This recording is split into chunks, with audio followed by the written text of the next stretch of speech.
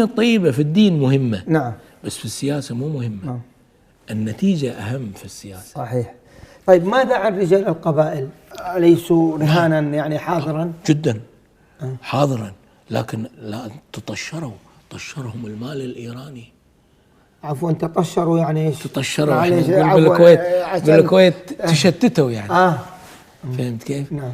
يعني بالأول التشيس السعودي، التشيس يعني احنا عندنا شاعر ينقال له بن عون، فهمت كيف؟ يقول من لا يقلط السيف والتشيس يصبح عليه من الليالي ثلومي. نعم. نعم.